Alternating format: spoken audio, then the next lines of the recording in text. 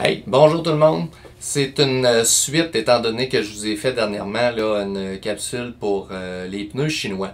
Une capsule qui était quand même assez vue. Probablement un réflexe des gens de regarder la vidéo parce que, écoute, on entend tellement parler. Puis bon, en plus, en bien, en mal, c'est ce qui fait en sorte que, bon, ça a été vu. Et qui dit vu, dit commentaire. Qui dit commentaire, dit pas toujours des commentaires élogieux. Donc, ça m'a incité à faire celle d'aujourd'hui qui est la suite. La suite, pourquoi?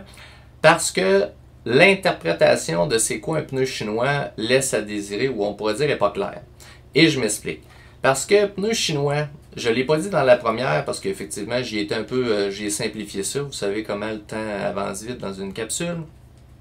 Mais c'est pas aussi simple que ça. Les gens pourraient dire, ben c'est facile Christian, pneu chinois ça veut dire que dans le fond le pneu il est construit en Chine, puis il arrive ici, puis il le vend ici.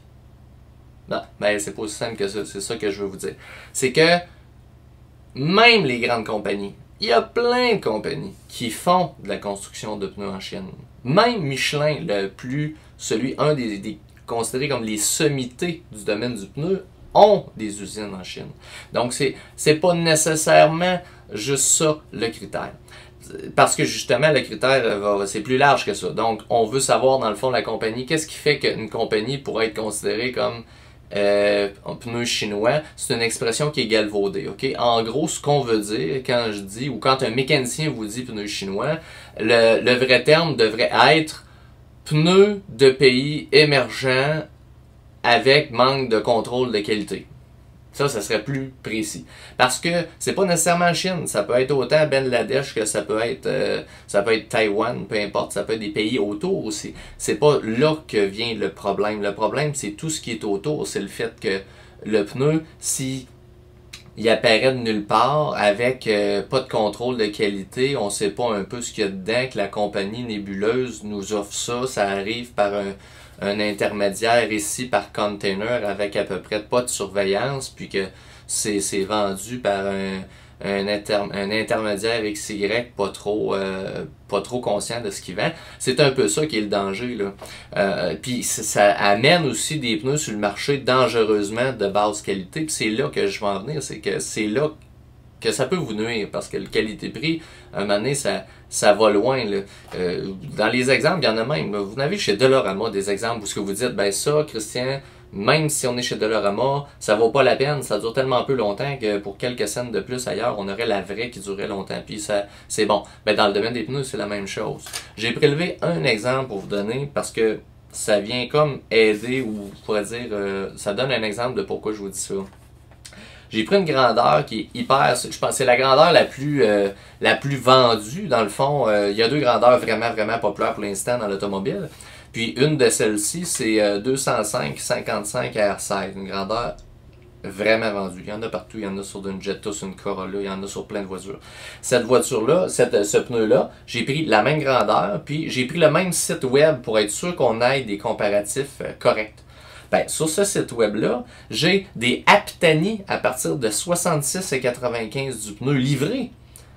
Et dans la même, j'ai fait exprès, j'ai exclu les run flat pour pas mêler personne. Là, dans du pneu qui est pas run flat, j'ai pris un top qualité. Un top qualité. J'ai pris un des plus chers dans le Michelin version cloutée, là, un Michelin XS North Cap.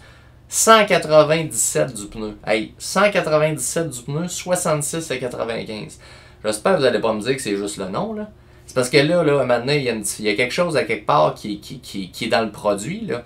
Il y a de l'ingénierie, il y a de la recette, il y a de la carcasse, vous le savez, dans un pneu, il y a un moule, il y a de l'acier, il y a du polyester, il y a du cordage, il y a du renfort, il y a la qualité de la recette de caoutchouc il y a du caoutchouc naturel, du synthétique, il y a plein de produits, il y a des produits des abrasifs, du silice, il y a toutes sortes d'affaires. Ben écoutez, là, il y a une différence à quelque part là-dedans, je peux pas croire. Entre les deux, il y a 298% plus cher pour un que l'autre.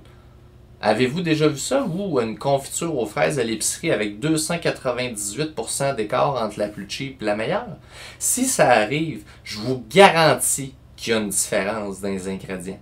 Je vous garantis qu'il y a une différence au goût. Puis il y en a une quelque part que ça vaut la peine aussi, là. Fait que c'est pour ça que je vous dis que dans les pneus, c'est la même chose. Mais ce qui est intéressant, c'est que dans la confiture, sur le court terme, c'est une question de goût. On ne commencera pas à essayer d'extrapoler sur celle qui vous fait mourir plus jeune, là. Ça va être un peu compliqué pour la capsule. Par contre, une chose est sûre, pour la plupart de nous, c'est la même hiver. On est au Québec. Puis au Québec, moins 20, moins 25, moins 30, puis du vent de côté, puis de la glace noire, ça existe. Fait que c'est pour ça que je me dis, allez-vous vraiment mettre un pneu à 67$? C'est vraiment faire, il faut faire attention. C'est un exemple. C'est pour vous donner un exemple d'un pneu vendu d'une quantité phénoménale qui arrive ici en container plus ou moins recommandé, qui n'a pas eu vraiment qui n'est pas contrôlé à la hauteur de ce qu'on demanderait parce qu'on a une vraie hiver. Finalement, c'est ça que je veux vous dire. Ça, c'en est un exemple. C'est quelque chose qui fait en sorte que je veux que vous compreniez la différence. Parce que j'ai des gens qui m'ont donné des commentaires. Ouais, moi j'ai des C-Lune, ça a bien été, puis ou j'ai tel pneu. Ok, ben oui, vous avez raison, ça peut arriver. J'ai une capsule que je viens de faire qui a rapport avec pneu versus auto, parce que la plupart des comportements routiers en hiver peuvent être amélioré ou détérioré par le pneu et la marque, et aussi par le comportement routier de votre voiture. La plupart des voitures sont correctes, il y en a des vraiment meilleures faites pour l'hiver, et j'en ai pour l'hiver qu'on aurait le goût de lui dire de rester à la maison tellement que l'auto se comporte mal sur neige. C'est pour ça que je vous dis que c'est important. Puis ça aussi, j'en ai parlé dans l'autre, vous la verrez, mais ça fait en sorte que peut-être que vous, votre voiture, elle s'est super bien comportée avec un C-Lune, et en passant, puis c'est là que j'en viens, je fais une parenthèse, ça fait partie, C-Lune, des marques correct, là, qu'on a un genre d'asiatique, mais beaucoup mieux contrôlé. On parle pas de n'importe quel asiatique. Ça fait un bout qui ont du service, qui ont un inventaire fiable. Puis je l'ai aussi dans le GT Radial, le même pattern. On produit, nous autres, on fournit, je veux dire, le Maxxis qui est dans la même veine, un produit qui est fiable, qu'on est capable justement d'avoir du support, du garantie, une usure correcte. On parle vraiment des compagnies gigantesques qui ont vraiment un service, un clientèle et qui surveillent leurs produits.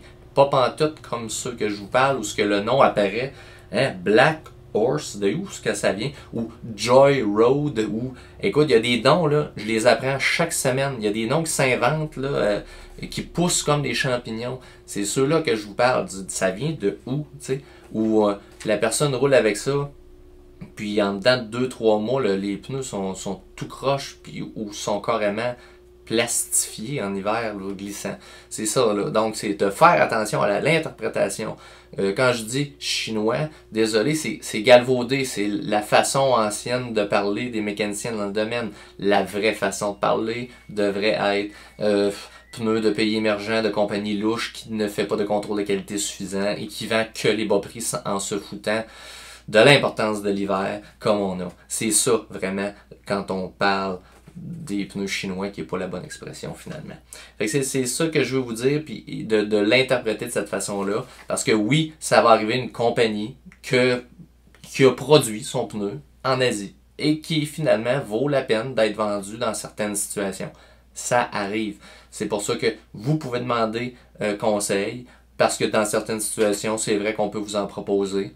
Dans d'autres, on va vraiment travailler pour vous fournir une grande marque qui a un pneu de haute capacité parce qu'on a considéré que vos besoins à vous, ça valait la peine. Fait que oui, il y a ça aussi là-dedans. Fait que n'hésitez pas, vous pouvez nous poser des questions, mais je voulais faire je voulais éclaircir ces détails-là, ce côté nébuleux-là dans l'expression, parce que c'est là que, justement, là, je veux pas créer non plus de bisbille puis de faire un vrai foutoir avec ça. On parle quand même de pneus pour l'hiver. Puis en même temps, je comprends qu'il y a une question de goût, mais c'est vraiment plus qu'une question de goût. On a une vraie hiver ici, et vrai hiver égale vrai pneu d'hiver. Hey, bon rush à tous. Merci.